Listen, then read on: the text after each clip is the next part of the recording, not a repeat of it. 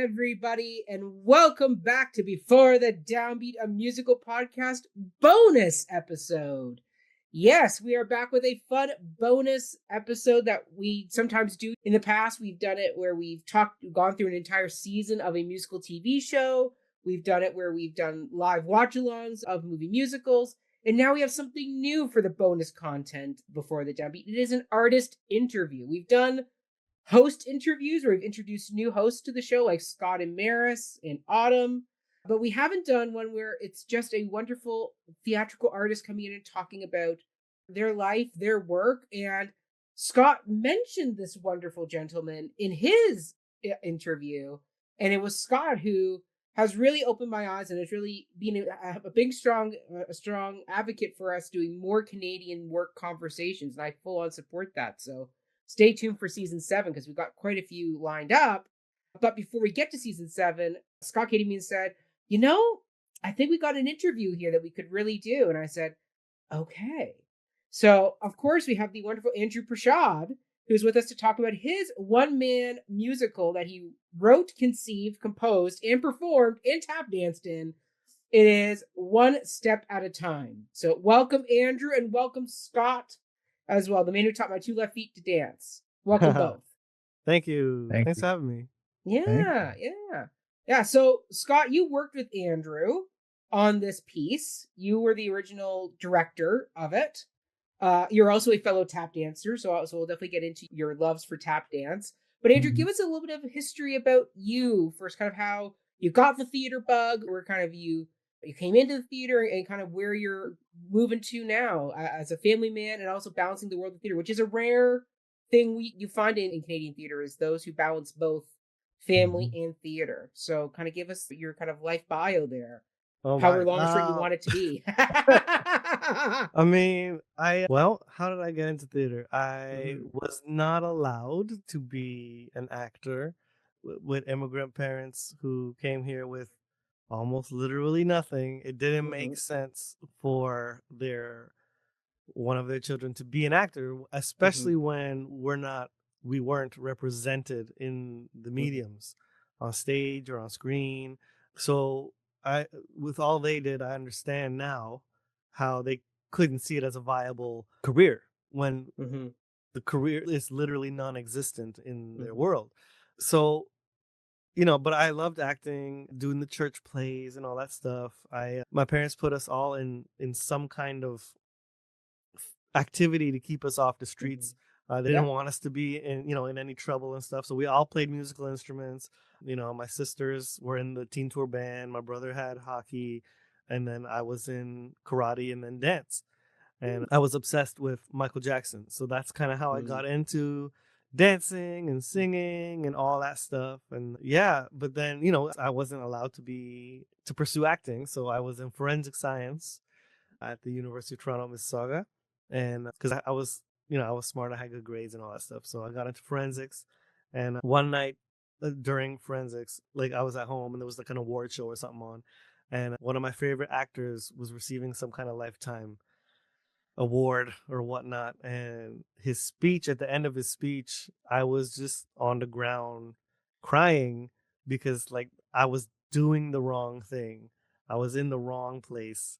And I prayed about it all night. I'm a God person, and I was praying and praying and praying. And then, so in the morning, I woke up and I told my parents that I'm gonna try to switch out of forensics and audition for the theater program at University of Toronto, Mississauga, which is a great program. It's still joint with Sheridan, and it's a really, really solid program. And it got really heated. Eventually, they told me like if I try to switch out, don't come home. But they didn't know. They didn't have any other tools at their disposal to change my mind. And so it got to that point. And I remember calling my best friend on the ride while I was driving to school. I mean, like, yo, I might need to come live by you. Can you get me a job on Famous Players? He was working on Famous Players at the time. And I was like teaching dance and choreographing and editing and all kinds of stuff. But I was going to need another job on top of those jobs. But they didn't end up kicking me out of the house. They were just mad at me for a long time. And, but excuse me, but, auditioned for the program and I was waitlisted. So I didn't get in, and I had kind of thrown all my eggs into this one basket. But then they liked me so much in the audition that they decided they would let me be in the specialist program, but only the courses that were offered at UTM, University of Toronto, Mhm. not do the shared end part, which was all the practical stuff. So I got to do all the dramaturgy stuff and the playwriting stuff and the history Mhm. stuff and all that kind of stuff. Mhm. But so then what I was doing that in school, I don't know. So I changed my major. I was double majoring in theater and performance and French literature. I'm French. I'm from Quebec. So, it Mm. was a nice thing to fall into. And Mhm. I switched out of forensics. And then while I was teaching dance and all that Mhm. kind of stuff, I was also going to Toronto and taking acting classes and singing classes and all the things. I was trying to Mhm. counter what I was missing at the Sheridan part of the program. Mhm. So I didn't sleep for those 4 years. It was Mhm. just nonstop hustle. But that's kind of where it all started. Okay. And then it was like I graduated. I booked like a TV commercial right out Oh, of wow. graduating, and then I was like a lot of commercial stuff Yeah. because I was like a funny guy, and some film TV stuff. But I couldn't book theater Hmm. in Canada. Interesting. So for like 10 years, I'm trying and auditioning. I Mhm. can't book anything. And then, I'm still training, I'm still hustling. And then, so 10 years later, this Riverdance audition comes along. Mhm. And they're in the show Riverdance, there's these two tap dancers. And Mhm. so they needed tap dancers who could sing because the show has been compressed a little bit and they've cross Mhm. cast the big baritone soloist with Mhm. one of the tap dancers. So, Mm. yeah, I could sing. I could do the tap dance thing. So I went to New York, I auditioned, and I booked Riverdance. So I was on tour with the 20th anniversary world tour of Riverdance. When I was back home after that, then theater companies started kind of paying attention. Mhm. Oh, you did Riverdance. Come do this show. Come be in this Mhm. ensemble. And that kind of led to one show here and another show here. And then I booked another huge show in the United States called Monsoon Wedding in Mhm. California. And I came back from that to a gig at YPT, and then things started to snowball. But I needed to be recognized like somewhere Mhm. else, not in Canada, for Canada to be like, oh, Mhm. let's give you a shot. Mhm. So, and then I, continually working my butt off. But that's kind Mhm. of how I got Mhm. into theater, and now Okay. if work is a little more consistent. Mhm. I'm still hustling, still auditioning, still training, Mhm. Mm. and that's kind of where it's at. So, Yeah. I've won awards now and all kinds of There you go. silly things like that. And who Yeah. knows? Who knows what's next Mhm. after my show? I have a play, and then after that play, I don't know. I'm auditioning for that kind of stuff right now to fill in Wow. the what's after that. So, Yeah. Yeah. So you brought up something interesting there in your wonderful value gave us about how much your faith has helped. You can talk about it in your show as well. How much your faith has also may had a big important part of your internal strength to drive you in your career and in your life. How I always find in the arts that's not something that's actively talked about as much as people's religion and their faith. Like that's something that's kind of not overly dove into. So how has that work helped you and worked with you in your career? Because I think it's such a unique thing. Just like being a family man is also being so open and wonderfully graceful with your faith. So how has that been part of your life in the theater? Because that's not something that a lot of artists dive into, really, at least as far as I know. yeah, no, I mean, the my faith is why I'm in this industry Hmm. because it's my belief that this is why Hmm. I'm here to try to make a Hmm. difference in people's lives Hmm. using the gifts that I was given. Yeah. So, and if creating a show that raises awareness and funds Yeah. for different organizations is something Hmm. that I can do, then that's something. And Hmm. so that's that's part of that was a big part of my motivation for sticking with this so long. There's not a lot of people who can say they didn't book work for 10 years and like Hmm. people bail after two Yeah. years and 3 years. There's not a lot of people who are still standing after 10 years Hmm. of nothing. And Canadian stages are still sometimes very white, but they were very, very white. And, that had something to do with it. And And I'm not saying like I should have been like a lead straight out of Mhm. school. I'm not saying, I'm not Mhm. saying my Mhm. skills then are where they are now. Yeah. But I was definitely on par with the mediocre white folks that were booking work all the time, Mhm. if not beyond. So Mhm. I will say that. But as far as my faith goes, that's one of the things that just I would lock into, and to Mhm. know that I'm doing the right thing, I'm in the right place, I'm trying to reach for the right goals. Mhm. But it was also just my love for the craft. It's something like Mhm. when I was teaching at the same school that I couldn't get into is like I was teaching there later. And so when I was teaching at all these theater Mhm. schools that didn't want me, when I tell those kids, I tell them, if you don't love this, like if you're here Mhm. because you want to be famous or you want to, like, if you don't love this, you need to switch out right now, Mhm. because the love of the craft, the love of theater and performing and acting is what going to get you through Mhm. all the rejection, because there's so Mhm. much rejection, and that Mhm. people will take personally, regardless if you tell them Mhm. not to take it personally. You're still going to take it personally because you put your whole heart out there, and Yeah. somebody's like, you're not good enough for this, or you're not right Mhm. for this, or you're not, this is not for you. Mhm. And it's hard to not take that personally, but Mhm. and we do our best. But with so much of that, I tell them, like, if you have to love this so much Mhm. that it will help you overcome all of that. Mhm. And that's how much I wanted this. So that, coupled with knowing that my belief is like this is why God put me here, Mhm. is what helped me lock into Mhm. continuing to hustle and the struggle and the pursuit, Mhm. when the doors just were not Mhm. opening. Yeah. Wonderful. Wonderful. Now, Scott, how did you find Andrew? How did you two get paired up together ultimately? Like, did you see him in another work and just offer your wonderful directing services? Or is this something where another theater company said, you two should get together and do something? Where did the origin of Scott and Andrew come from? We can't remember whether it was actually 2011 or 2012, but Andrew was brought in by Larissa Mayer to do One of the Stars Come Out uh, Hmm. fundraisers for Theatre by the Bay. Yep. And it was about the time that I was taking over Theatre by the Bay as an interim artistic director. Mhm. And Andrew came up and did a number, and I, met him backstage and introduced myself Mhm. and thanked him for coming and helping out that night, and just said, for what it's worth, I know like these many tap steps, so I'm looking at you and just saying, where you can go with this, and I want to know more about you and your journey so far. And then, as fate would have it, places like Moving Art in Barrie would bring in Andrew to choreograph for single students, and a couple times he would just stick around and have tea, and we Mhm. talked about the business, and we talked about self promotion, and we talked about self production. Mhm. And Andrew will tell you there's several people who he considers mentors who said, you really got out there and do a one person show because you got so Mhm. much to offer. You're so multidisciplinary. And Mhm. for a while, I didn't hear Mhm. from Andrew. And then Andrew came and saw a production of Crazy for You that I was doing in Port. Mm. And we got talking about a number of things. And as a result of that, not long after, Andrew said, I would kind of like you to help me put together this one Mhm. person show. I think I'm ready for this now. And I remember Mhm. saying at the time, don't you really want somebody like with higher visibility, higher profile?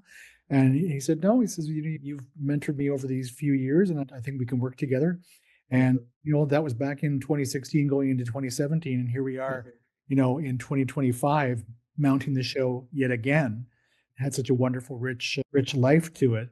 But for me, watching Andrew grow from that first time seeing him in like 2011 or 2012 to who he is now, I virtually don't recognize him sometimes because he's grown into he's grown into being a fine performer, a Mhm. fine actor. He was always a good dancer, and but now and we'll talk about it with One Step at a Time. He has found his voice. He's found his Mhm. voice that is his authentic voice, and he speaks Mhm. to a wide variety of people. Mhm. Mhm. Wonderful. Well, speaking of one step at a time, Andrew, do you want to kind of give us the elevator pitch summary? Kind of what is one step at a time? Not one day at a time like the Norman Lear sitcom, one step at a time. Your wonderful one man show. Kind of give us what is it exactly? One Step at a Time is a show. It's Mhm. a play with music.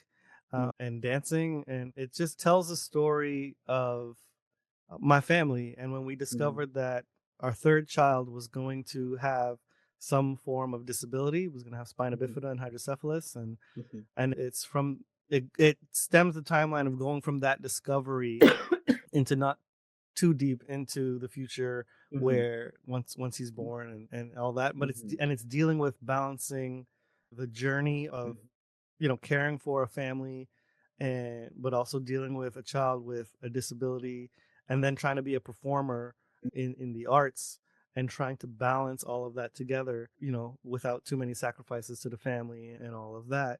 And I tell that story through monologues and through music, original music, and through improvisational tap dance, and those and then some video. So through those mediums, I try to tell the story, and it helps bring awareness of what a family with a severe disability might look like, how our lives might look and feel, and navigating routine situations that someone else wouldn't think twice about, and just trying to to give people hope, in a sense that I don't sugarcoat anything. I don't try to make everything seem amazing and easy, but at the same time, through all the challenging things and the difficult moments, we can still choose to find hope. And that's kind of what the show is.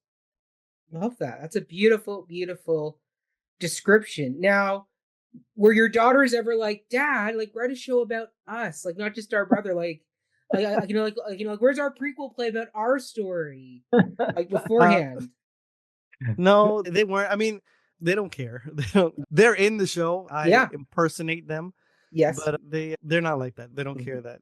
And the show isn't so much about my son as it is our family dealing with what we have to, the situation we're in as a family. So it is more, but I mean, it does focus a lot more on him, because he is the one with the disability. Yeah. But no, they're cool. They're cool. Good. So did you already come to Scott with it kind of written out, composed, and Scott kind of dramaturged it, or is this something you two collaborated on together? Because Scott, I know you've written your own one-man show about Charles Lawton, so obviously you came into this project already kind of having an experience of doing it yourself. So I mean, where was it that, Andrew, you started, and then Scott, you can take over and give us a bit of a rundown of what was it like for you, having done this already before yourself, now being able to mentor somebody else in their one-man show. So Andrew, give us the rundown, kind of where were you when you kind of eventually came to Scott and said, I'm ready to do a one-man show? I didn't have anything I wanted to write about. That was the he wasn't the first person to tell me I needed to do a show, but I just didn't think I had anything that warranted a show. Who's gonna sit down and listen to me rant about whatever, or all these things. And so I was like, no, I'm not gonna do a show. But then I wrote this song about catheterization, because I was trying to cath my son, and I couldn't get the catheter to go in, which happens sometimes. And so I was singing him all the bedtime songs to get him to relax. And then when those weren't working, I just made up a song on the spot. And I was like, and it was funny, and he was laughing, and then I cathed him, and it was great. But I was like, that song's kind of good. So I recorded it's definitely a highlight of the show, that song. Oh, thanks. Yeah, so I recorded on my phone. I can't, I figured it out on the piano. I worked it out a little bit, and then I made this video with my son on my lap, and I'm playing the piano and singing, and he's sitting there, and I threw it up on socials, and it kind of went viral. And that's when Scott was like, if you ever had a reason to write a one-person show, this is it. Yeah. It's like, what? No, that's kind of how Scott came into, like, that's kind of how this all came together. And I told, like, I don't even know where to start. And Scott was like, well, pull key milestone moments and create a timeline, and let's go from there. And I did, and I gave him like a huge stack of, I don't know however long it was, I believe, and then, but he can take over and tell you what he did with all that, Yeah, Scott, Andrew pick up the baton. Well, Andrew is such a prolific social media person and a great video editor and videographer. And he had already documented a bunch of things on Facebook and other platforms. And there were a few things in addition to the song "You Gotta Relax" that made us think, okay, these are the first one being a letter to my unborn son, and then we chose a few things. Some of them are verbatim, and some of them are rewritten and revised. But we created a storyboard. Basically, we literally said, if this was a show in 10 chapters, what would it be? And of course, we started calling them steps instead of chapters. And we still have the piece of paper today that shows that pretty much what we discussed on those initial rehearsals at Tarragon Theatre, that they stayed and they were valid. Everything has remained the same. It's been flushed out and broadened a little bit, but the initial thought of what the process was for Andrew worked out very, very well. And then when the very first self-produced, self-funded version of the show went so well, luckily we had some people come forward and say, this touches a lot of people. It's not just an entertainment. And luckily, a lot of people have supported us along the way. And the show has morphed a little bit in that we added some video to it, and then we added a little bit more refining dialogue. And we're now talking about maybe changing a bit of the video and sort of, what do you call it, the Twitter content of the Oh, piece, yeah. just Yes. to change things around now that Twitter no longer exists. And Well, now, yes. X formerly Twitter. yes, well, maybe we'll do Threads or or or Blue Sky. But it was a wonderful thing to see it's storyboarded out, because I'd never approached it that way myself. But Andrew also keeps a really good diary or a book, whatever you want to call it, where he occasionally will get a lyric, and for some reason that lyric turns into a poem and expresses something extremely profound and very personal. And so I thought it was a lovely thing that between he and Beth and the family, they came up with a bunch of things that everyone could relate to. It's a very universal story, but yet it was coming from a very personal and individual perspective. So I really recommend for anybody who's a writer or wants to be a writer or has some thoughts of even just writing one song, get that book and write down those ideas and don't let them drift away, and know that in time that you will be able to refine them and use them. Wonderful. So, Andrew, are those your actual tweets at the time, or are those something that you and Scott came up with together in the rehearsal room? Some of them are for real, and some of them just help summarize that moment in the show. But they're all based in real life. Yeah. Scott, did you ever envision yourself being the voice of God in the show, reading the tweets, or is that something that came later on in the rehearsal to be the tweet reader? Well, in the initial production, which we did at the Randolph Theatre, we were so busy trying to promote the show and get bums and seats, and had a wonderful lady who made cookies for sale and all that sort of stuff. But we didn't get a chance to put the finishing touches on the piece, and that included, final dramaturgy and final direction. So Andrew said, I'd feel better if someone was sitting on book for this, and I said, well, let's make it part of the show. So I sat behind our musical director, Jeannie Weiss. And I was in the dark, but I was on a microphone and I could see what was going on. And Andrew, he was telling his story. So he never actually had to ask for a line, but we made it part of the show that I would announce what the different steps were of the piece. And then eventually we actually workshopped one scene where I'm actually just a voiceover, kind of being his Jiminy Cricket in his head, and that has stuck with the show. I'm sure he'd give me the boot any day now, but I mean, every performance we've done, from Randolph to Not in Bad Times, to Theatre Past Marais, to Stratford, to North Rustico in the Watermark and the Grand Theatre in London, and now coming up to Theatre Orangeville, been pretty consistent, but each and every one is made better by the life experience, and as you say, the faith that Andrew and the family are enduring. And the number of people who talk, but we have a talk back after the show, and it gets extremely personal. People are usually, a little bit shy to speak up, but then it usually has a lot to do with, your story is my story. And thank you for putting this on stage, because we don't see our lives and our challenges represented on stage all that much. Yeah. Oh, well said, Scott. Well said. Well said.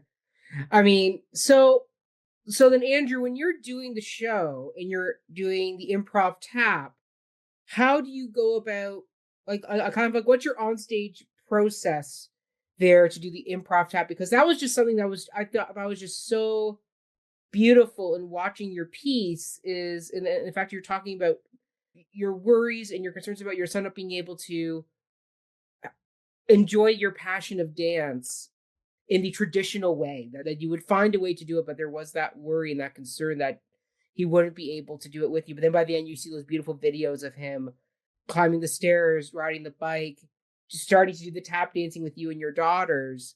So, kind of, what is your process when you're on stage and you're going to be doing an improv tap moment? Kind of, how do you go about creating that on stage as best you can describe it? Because I know it's an Of improv, so it kind course, of changes a bit. it does change every show, but because we've done it so many times, I've had a lot Mhm. of time to experiment with different approaches to the Mhm. improvisation. Improvisation is really important in tap dance, the same importance as it is in jazz music. Mhm. So a well-rounded tap dancer needs to be able to pick up choreo and do all that kind of stuff, but Mhm. also needs to be able to improvise. It needs to be able to stay in the pocket. Needs to be able to count a band. It needs to be like they need to be a Mhm. musician, not Yeah. just a dancer with tap shoes. So I really wanted improvisation to be part of the show and also to properly represent the tap dance community. So the first few iterations were just complete improvisation. And then what I discovered in those, because the show is so heavy at times and Mhm. um, it was so there was a lot to focus on that I couldn't sometimes I couldn't be completely lost in the dance because I had to continually count so many other things that was happening in the show. So what I ended up doing was the show is still improvised, but I set up what I call like just these guideposts, these small set pieces of choreography Mhm. that happen, and then I improvise in and around these ideas. So that kind of keeps me on track for the piece, but it Mhm. also frees me up so that I don't have to say the same thing every night. I can say whatever I want in my shoes, Mhm. be in the moment, and follow the instincts. But then at certain key moments, I have to come back to this Mhm. small piece of choreography to jettison me into the next moment where I can be free again. And that way it just kind of locks everything into like some form of consistency so that like even though the dancing will be different every night, it's not going to be wildly different in that sense, but also like it keeps me locked into the show, especially if like because I don't know what I'm going to be feeling or how I'm going to be feeling Mhm. in that moment coming out of that scene or coming out of that Mhm. song or whatever happened before Mhm. the show started or so that kind of just helps me lock in, and for me it's been a really good Mhm. system.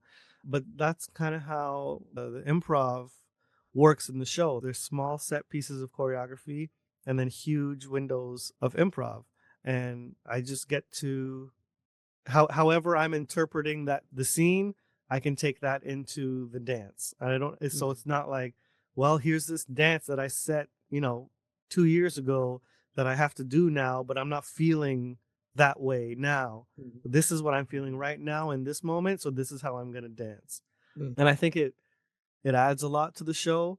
It adds the spontaneity and it Mhm. adds the just the rawness that the rest of the show has, Mhm. because that's the approach I bring to the Mhm. monologues and the songs. Even though those are set, I don't, you can't play around too much because there's Mhm. people calling different cues and whatnot. So you do still have Mhm. to hit certain things.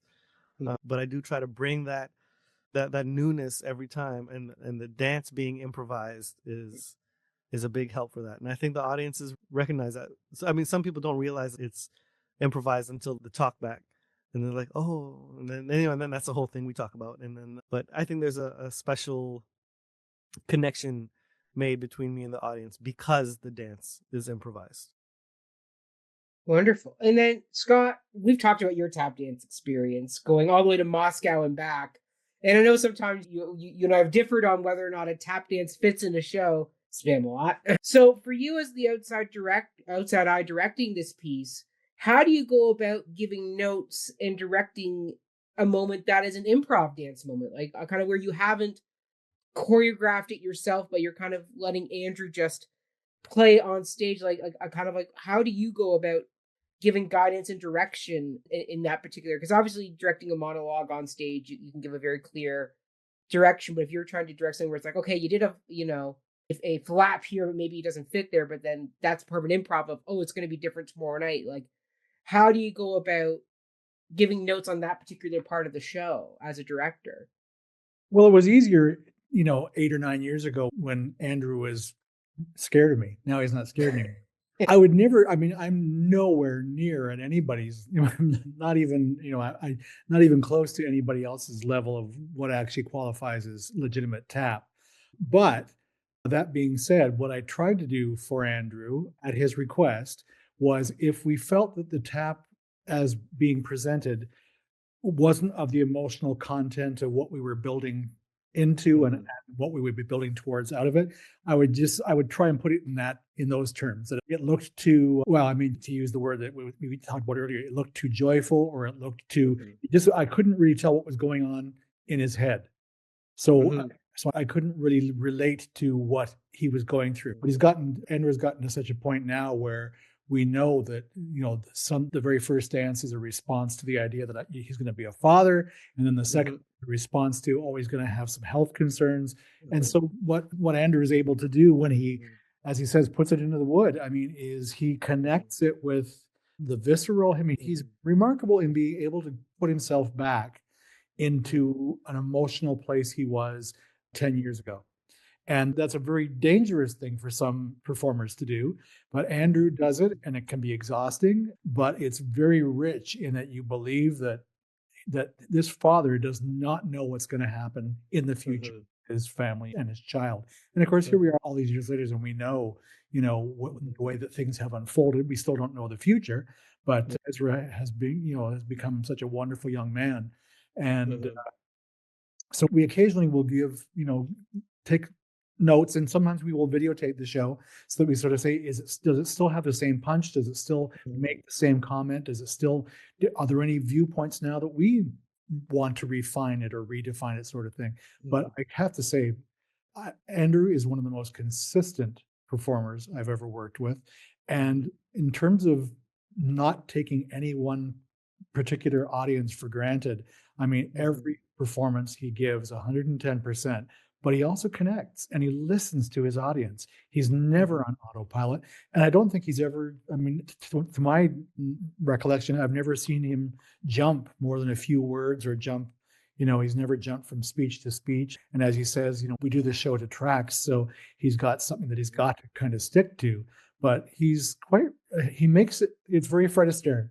He makes it look so much easier than it should be, given the amount of time that has been put into it and the amount of effort that he puts in every performance.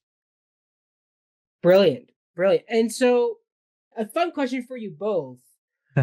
So, Andrew, you brought these moments and episodes that then you and Scott wove together. Was there ever a time in rehearsals where, say, Andrew, you were really adamant about, you really wanted this episode to be in the show, and Scott's going, maybe not, maybe this is a bit redundant. We've kind of covered this topic in this other scene here. Like, we try and combine. So, was there ever a moment where there's a deleted scene that maybe you were like, oh, I really wish that had been in the version, but now you're like, okay, maybe, you know what, maybe Scott was right.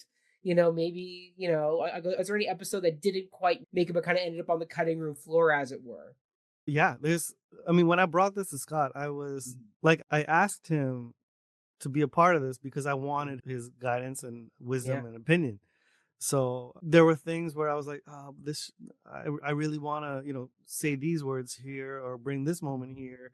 And he would say exactly, this, we don't need this. We can cut this. We don't. And for the most part, I'd listen. And then sometimes I'd be like, oh, I don't know.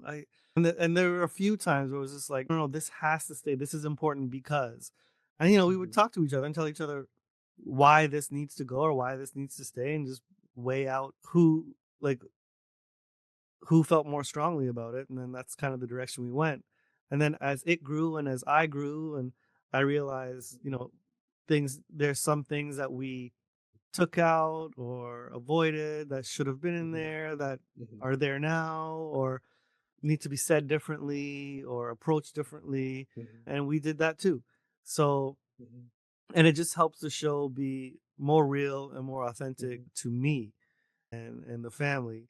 And and that's kind of, like, for example, like I then way back, I was using a lot of medical terminology that we were learning at the time, because that's super important to Beth and I, because we need to know this stuff, and the families coming in who might be in our situation will recognize those words, but nobody else would know what I'm talking about. So it's so many words for people to go, like, for people to just zone out, and that made sense. I had a hard time letting those things go because my whole life in those moments was learning all this stuff.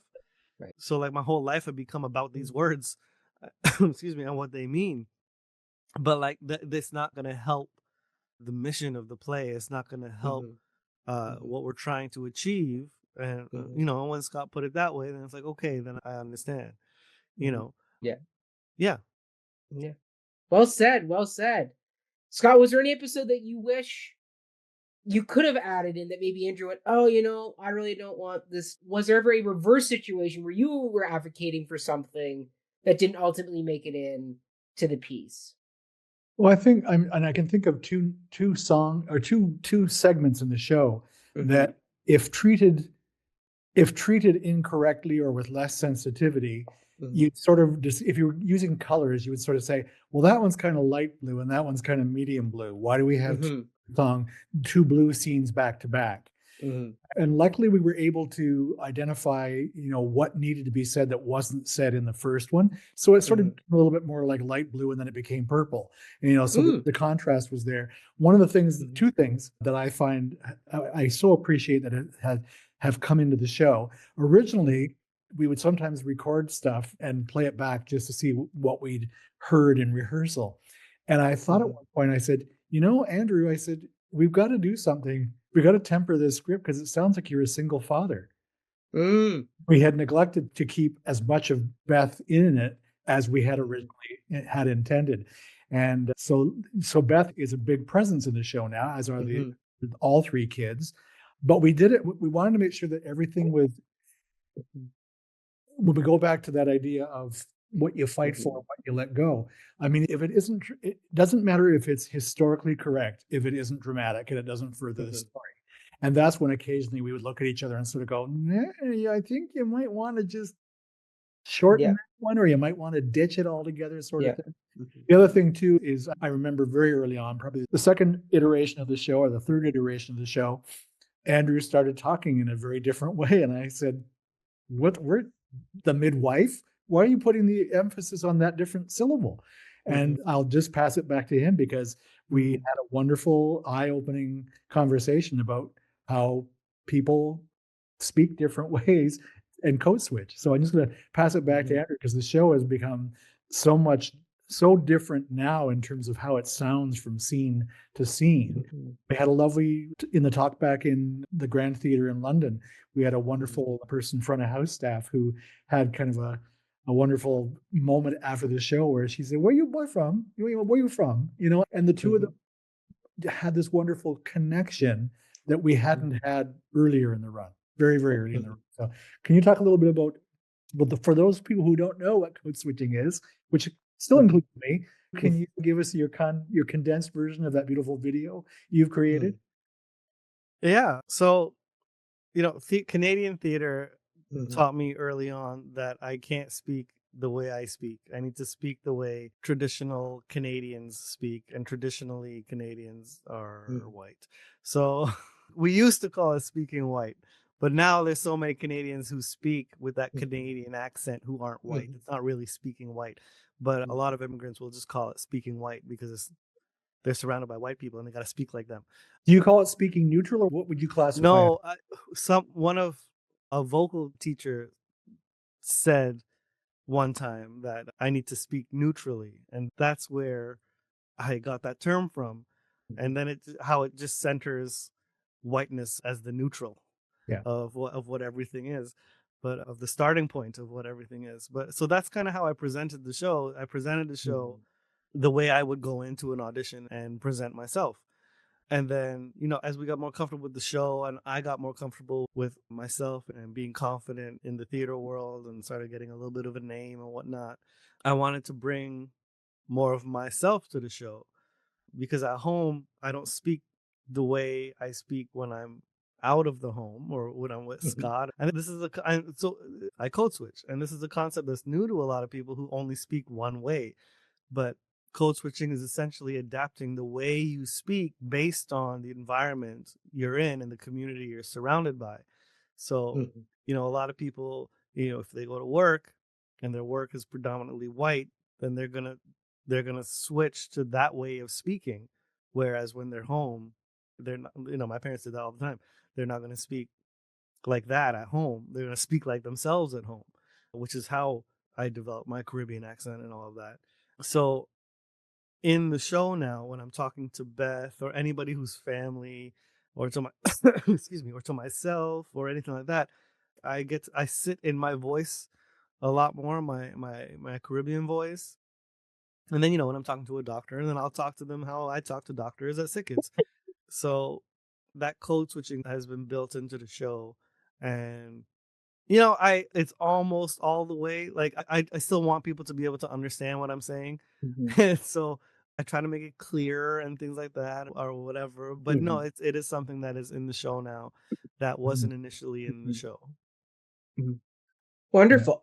Now, there's someone we haven't talked about who is listed on the original creative team, and that is your original music direction, I can't speak, accompanist, and that's Jeannie Wise. So, Andrew, what can you kind of tell us a bit about working with, is it Jeannie or Janie? It's Jeannie. Jeannie is amazing. She's a well-known music director, vocal coach in the industry. I met her doing Anything Goes. That was my first Canadian contract. And I thought she was awesome. And then because we were spending so much time together doing the show, I was like, can you teach me? I need to keep working on my vocals. Can you teach me? So then she started teaching me singing lessons and all that kind of stuff just to keep helping me grow. And we just became really close. And then we started bartering in the sense I was teaching her daughter tap dance. So she would teach me singing lessons. I would teach her daughter tap dance. So, Jeannie and I became really close. And then when this show was being developed with Scott, I asked her, I'm like, I wrote this music. I like how I play it, but I just want to hear how you would play it. I want to, like, if you take me out of it. And so, I created the bones of it, but like, I want you to put some meat and potatoes on it. And I gave her the music, and I played it for her. I'm like, this is what I'm thinking here. And then she would play things, and I'd say, oh, I like this, or actually, I really want to hold on to this theme that I put in here. And then she would take that, and then she would flourish it even more. And so the way she plays it is just, and it's my music that I wrote, but the way she plays it, I think is so beautiful. That I asked her to actually record the tracks for the show when we take it different places. So it's not me playing the piano that I wrote. When we go somewhere, it's Jeannie playing it. So that's why her name is always there. Now, the music has more than piano. There's percussion that I've recorded and strings that I've recorded and different things like that and other vocals that I've recorded. But the piano is all Jeannie. Jeannie playing my music. So it's my music coming through her, and then her ideas of how to make it prettier or how to affect the moment more, because she played the first show, so she, like, the first run, so she knows where the show was trying to go, and she kind of used her wealth of ability and knowledge to guide those moments with the piano I created. And then ever since then I've built on top of her interpretation of my piano. So that's how Jeannie is involved with the show. She will forever be involved with the show because I love how she played the music, and I have them forever. So I'm going to keep using them.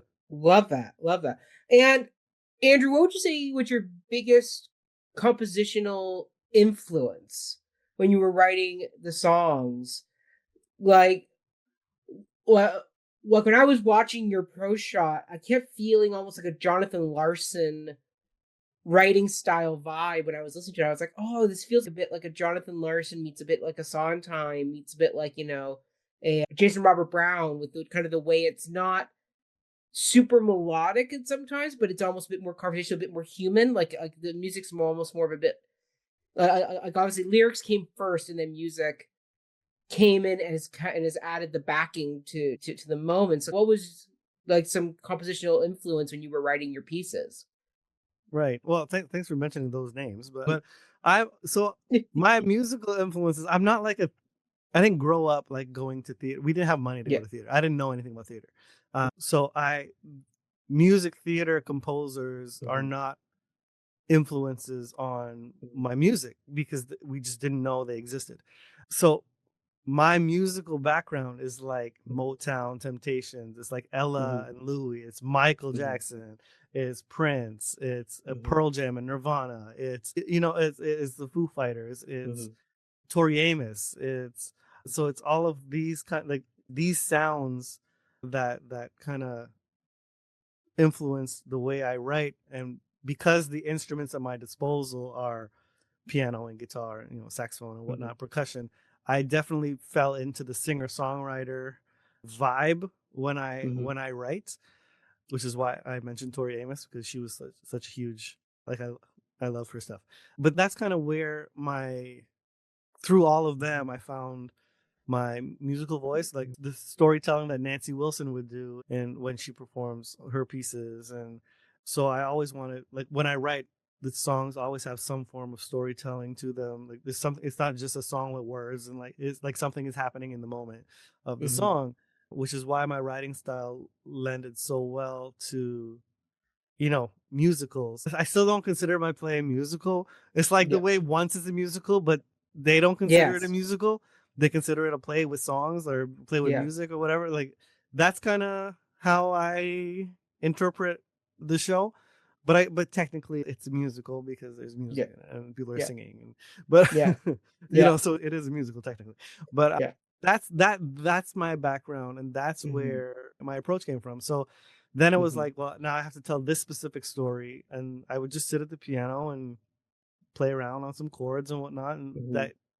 and then figure out what captures the vibe of that moment, and Mhm. then play, and then like what tempo captures the vibe of that moment, what key, and then once I have something, I was like, okay, Mhm. what melody, how frequently to change notes, how like to just so it fits with the emotional context, Mhm.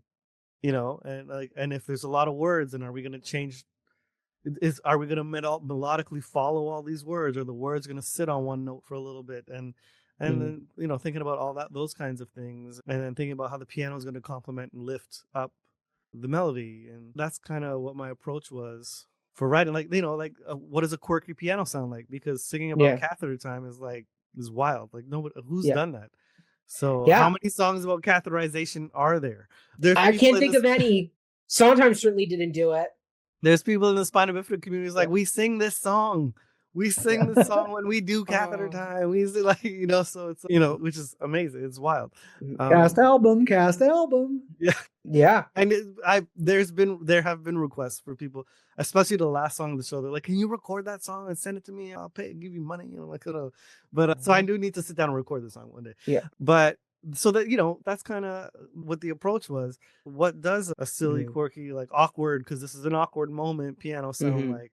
What does when your mind isn't Mhm. stopping, and you're in a hospital and you're in a super Mhm. intense moment and you have all of these thoughts, and the piano is incessant in little waltzes because the Mhm. thoughts are incessant.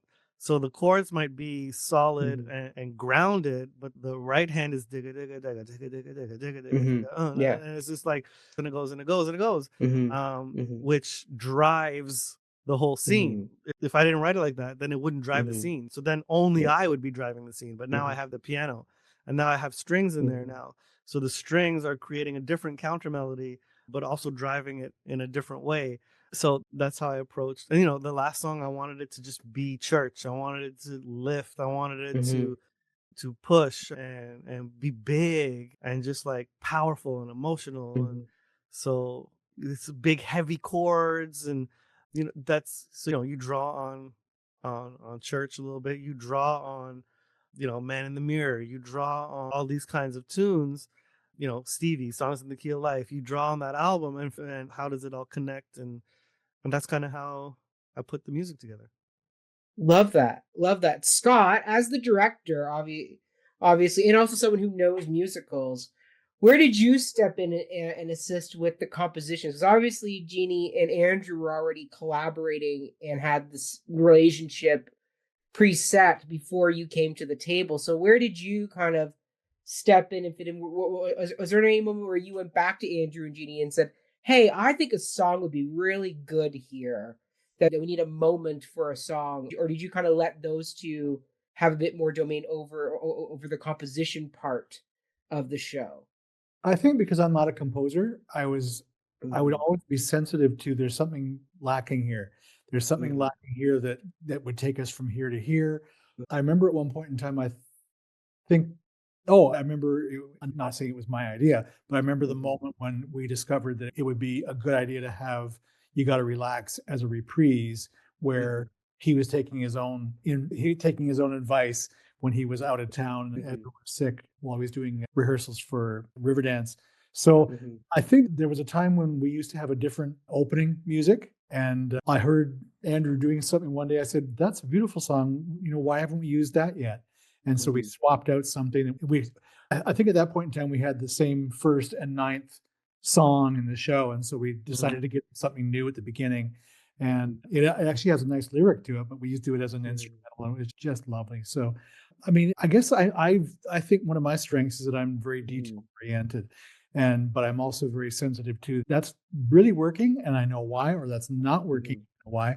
And for the most part, this journey has always been by degree. Like, I mean, 2 or 3 degrees of it needs to be a little bit more of this, or it needs to be a little bit more of that. There's nothing wrong with it. It could go in front of the Mhm. audience tonight or tomorrow.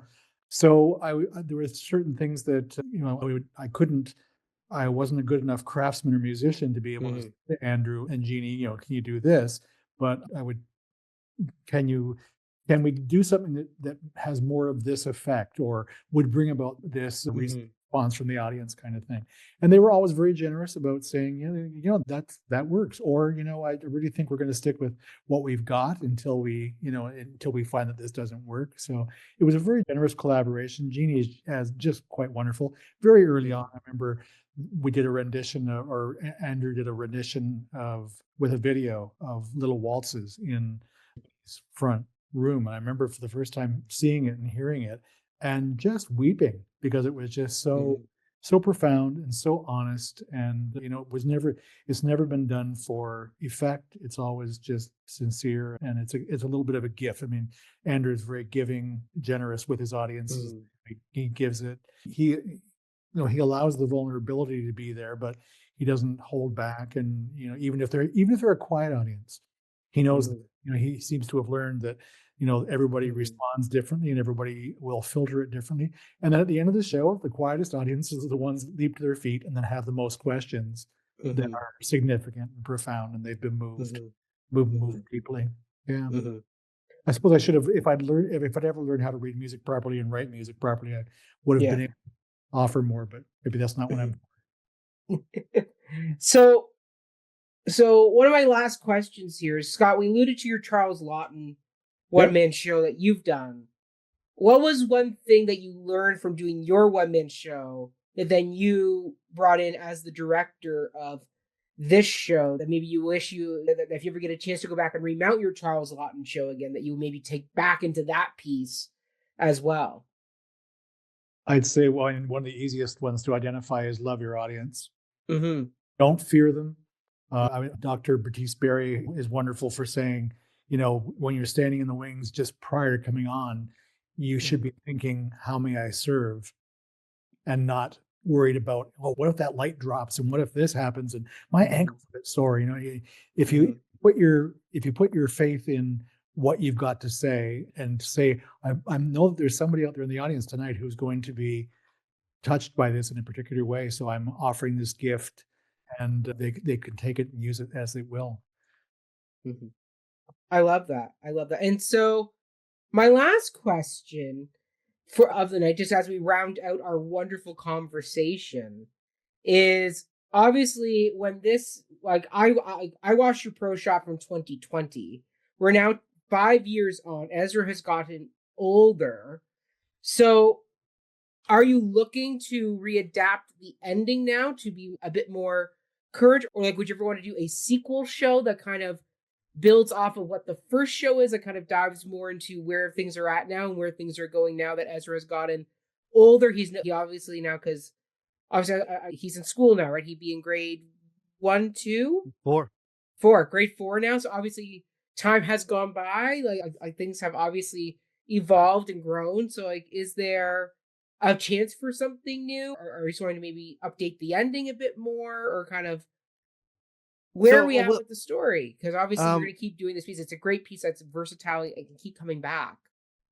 The show ends in a place where I figure out that I don't know what the future is going to be, but I know that we'll figure it out, or we'll do our best to figure it out. So the show kind of ends in that same place, but then what we do is, there's one of the questions that always comes up in the talkback is, what are we up to now? What are we doing? Yeah. So there's a video that we play at the end of the show before the talkback that kind of covers where the family is at, different moments and milestones. And that video is updated, as the years go on, to just kind of show the audience where we're at and what milestones we've achieved and all of that. But the show itself is pretty, like story-wise, is pretty set.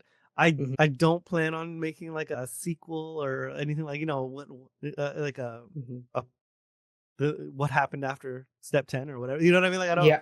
If I write a new show, it'll be its own thing. Yeah. It won't be related to one step at a time. But I think the show is strong in the fact that it covers so much. Yeah. But it's concise and still hits hard. And then the talkback, the reason the talkback is part of the show is because the things that, we maybe had to skip over to put the show together often gets covered in the talkback. So that kind of fills in the gap. Like, there's many things the show would be too long. It's somebody's life. So how do we keep this digestible and then and entertaining at the same time? And I think one of the early things, correct me if I'm wrong, Andrew, I don't think for the first iteration, and maybe not even for the second iteration, we were at one point in time, we were just calling it One Step at a Time. And originally it was a one act play, and a one act story in 2 acts or something for the very first production we did. And eventually you added in A Father's Journey. And I think that's the qualifier, is we could tell stories all day long about the family, and we could tell stories about Ezra and his, movement forward, and about the family's faith and all that sort of stuff. But it really is about a moment in time when faith was tested, and a father's journey through getting through what's it going to be like to, okay, this is what it's going to be like, and it's going to be different each and every time I leave town, and it's going to be different each and every time that Ezra, gets a sickness, sort of thing. So I think the idea of Andrew Prashad's One Step at a Time, A Father's Journey, or as they're calling it in Theatre Orangeville, A Father's Journey of Hope. So I think it just sort of says, it really hits home, but it really is the story about Andrew and how he has dealt with all this. But it always offers that question, and how would you deal with it? Or how are you dealing with it? So I think that's an interesting thing, is absolutely, we could go on for 2 hours afterwards and tell some wonderful Ezra isms or Ezra stories. But I think I agree that in his current form, it's a lovely, concise, it's very lean. It doesn't overstay its welcome. And in fact, you leave them wanting more at the end, but the wanting more is usually the Q&A afterwards. And also, it's emotionally, like, it is an emotionally exhausting show, not just to perform, like to perform. It is because I go there, and because I need to go there so that the audience can go there. But it's emotionally exhausting for the audience. It doesn't feel as short as it is. But at the same, not to say like, oh my gosh, it drags on. It's because so many emotions are covered, like in the sense that the audience goes on this roller coaster, that it feels like they've been on this journey with me for so long, for all the years that the journey Mhm. covers, that it's like, you know, Mhm. at that 1.5 hour mark or that 1 hour mark, they need a break. Like it's Mhm. and some playwrights don't care and don't take that, and that's fine. That's totally cool. Mhm. You want your show to last 5 hours in 4 acts, you do that. That's but this is like, I need people to be affected enough that they're willing to help create change. And that's the goal of the show. Is the goal isn't Mhm. to serve me or make me famous, or like, that's not the point of the show. The point of the show is, do you have a better understanding of what life can be like with a disability? Do you have money? Can you donate it to sick kids or whoever we're trying to serve in that time? It's not, it's not a cabaret. It's not anything like that. It is a top to bottom show with a beginning, a middle, and an end, and it's all original content. Mhm. Um, and its purpose is to lift up an entire community of people who often get left behind and forgotten about. Mhm. And so if the show is so long that the audience gets annoyed with the show, are they going to be donating money at the end, or are they just going to try to get out? I need to go Mhm. now. I've been here too long. You know what I mean? So Mhm. that's also something that I need to consider when I'm putting the show up, because Mhm. it's really not a self-serving piece. But like, and I think one reviewer felt that it was, but I have to use all of my skills to tell the story. So yeah, Mhm. it's going to make me look good. I'm not going to do something in the show and tell the story in a way that I can't, because Mhm. like, that's not going to help the audience, and it's certainly not going to help me. Like, so yeah, I'm using the things I'm really good at to help tell this Mhm. story, but the story is not about all the things I can do. The story is Mhm. about the hope that we found and the joy that we found going through the things we've gone through. Mhm. I love that. I love that. I mean, I know when I watched it, your ending there where you kind of did the "Where is Ezra now?" and I got to see the clips from 2020 with him climbing the stairs, doing the tap dancing.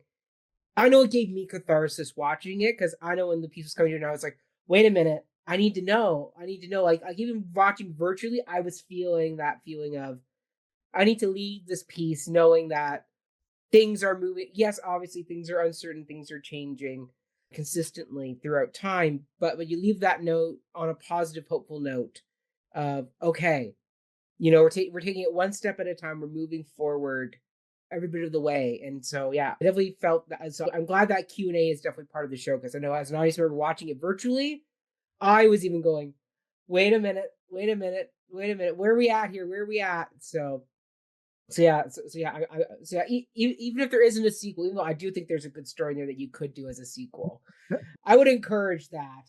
But I definitely think this is a very well contained, beautiful One Piece story that definitely has a lot of heart and a lot to say. I mean, I know my family, we've had family members who have gone through sick kids as well, so it's something very touching for me and my family when I showed them some clips of it. So definitely I'm very grateful that this piece has continued to have life and is being shown to many audiences all over North America, because I think it has a beautiful message to give, especially in a time right now where we're seeing people who have disabilities under attack by governments all over the world. So I think this is a beautiful Mhm. message to have to remind people of every family is unique, every family is special, every family is taking it one step at a time, whether it's this way or that way, and we all just need to show love and compassion to another and just give each other grace to Absolutely. Yeah. to be okay in the space. I think that scene during the river dance rehearsal is such a great moment of just giving each other grace and not, acting as though everything is going to be totally wrong because you're going to figure it out one way or the other way. But we just need to give each other grace and space to give. And so I just think this is a beautiful, well done piece. Andrew, where can people find and follow you before we go though? And obviously, where can they potentially go and see One Step at a Time in the coming months or in 2025? Like I don't know if it's sporadically coming on throughout the year. So kind of where can people follow you, and kind of where can they find One Step at a Time? One Step at a Time will be at Theatre Orangeville in Mhm. Ontario, April 3 to 6. So find your tickets at their website. Mhm. And I don't know what's in One Step at a Time's future. So Mhm. if you want to see it right now, this is where to go see it. As for me, you can find me on socials, Andrew Mhm. C. Prashad, at Andrew Mhm. C. Prashad, or just if you look up Andrew Prashad and there's like a brown guy tap dancing, it's me. That's the one to follow. And yeah, that's where you can find me. Mhm. Wonderful, wonderful. Scott, where can people find and follow you? Oh, nobody can find me. Maybe through the drive-through at McDonald's kind of thing. But I would just like to add before I do my own self-promotion is that we have had the great pleasure of doing this at a number of very nice, legitimate theaters. Mhm. But we've also found great success. We took it into the school once and had remarkable feedback. We've taken it into non-theatrical venues, and we've taken it to places where people can relate more to the disability side of things and the medical side of things. So if anyone out there really wants to bring this show in, I mean, obviously we have to work around Andrew's schedule, but the show is not just for theater people. It is for dancers, it is for singers, it is for composers, it is for people of faith, it is for people in the medical community. I think, Andrew, you also had a chance to do something for the Sick Kids Foundation itself at what used to be the O'Keefe Center, did you not? Yeah, the Sick Kids has this huge gala where they bring in all of their big donors and they try to wine and dine them and get them to give more money. And yeah, they asked me to perform like a 10-minute excerpt of the show. So that was really cool. There was a lot of people in that theater, and yeah, it was really cool. But yeah, my favorite thing is the different kinds of audiences that we get. But my favorite audience is when the disabled community shows up, just because the show is for everyone, but the show is for them. So Mhm. they'll get all of the emotional content of the show. They might not understand the tap dancing. They might not understand the Mhm. references in the tap dancing. That's for the tap dancers to go, "Oh, that's that's a little bit that's Gregory Hines there. Oh, Mhm. and then and catch all of those different things, but the content they will get 100% of that because they live it, and it Mhm. isn't something that we see on stage. So they're my favorite audience to get because, Mhm. and so, sometimes you're getting people who are ahead of me in the journey Mhm. or behind me in the journey, and so their insights in the talkback are always very cool. Yeah. And I would just say to add to or sort of answer your original question, Mackenzie, Mhm. is that we do, I mean, Andrew does have his own website Mhm. and tries to keep it up to date with current stuff going on. We also have Mhm. a Facebook page called Andrew Prashad's One Step at a Time of Father's Journey. So people can find us there. I am on Facebook and Threads and Blue Sky under Scott Hurst, Hurst. So Mhm. the, all this is to drive, of course, is to drive us to the Theatre Orangeville website and to drive us to Andrew Prashad's website and hopefully get more and more people to see this show because it's reaching a wide variety of people. But I'm Mhm. thinking we need that critical mass to really put it over the top. Wonderful, wonderful. And on that beautiful note, I will say thank you both for coming out tonight to sit down and have this beautiful conversation. You are both wonderful, wonderful people. We want to thank our theme music composer, Mr. Brody Weld, for all his wonderful contributions. And you can follow me at Mackenzie Horner, all social media platforms. You can follow my other theatrical antics over at Cup of Hemlock Theater, where we do everything from artist interviews to duet reviews, screenplays. We just did a whole episode all about the prime of Miss Jean Brodie in honor of the passing of Maggie Smith and had a great conversation all about that wonderful film adaptation and talked about the play and everything. So if you want to check that on out there. And once again, thank you both. Andrew, thank you for being our first official interview on Before the Downbeat. This was so much fun, and we'll definitely be looking to host more interviews in the future. If more artists want to come on, if you want to reach out to Scott and I, and we're happy to talk with you and figure out what maybe we can do. But Andrew, thank you so much, and we can't wait to have everybody back for our next episode. Stay healthy, stay safe, and have a great night. Thank you all. Bye-bye. Bye. Thanks so much. Thank you.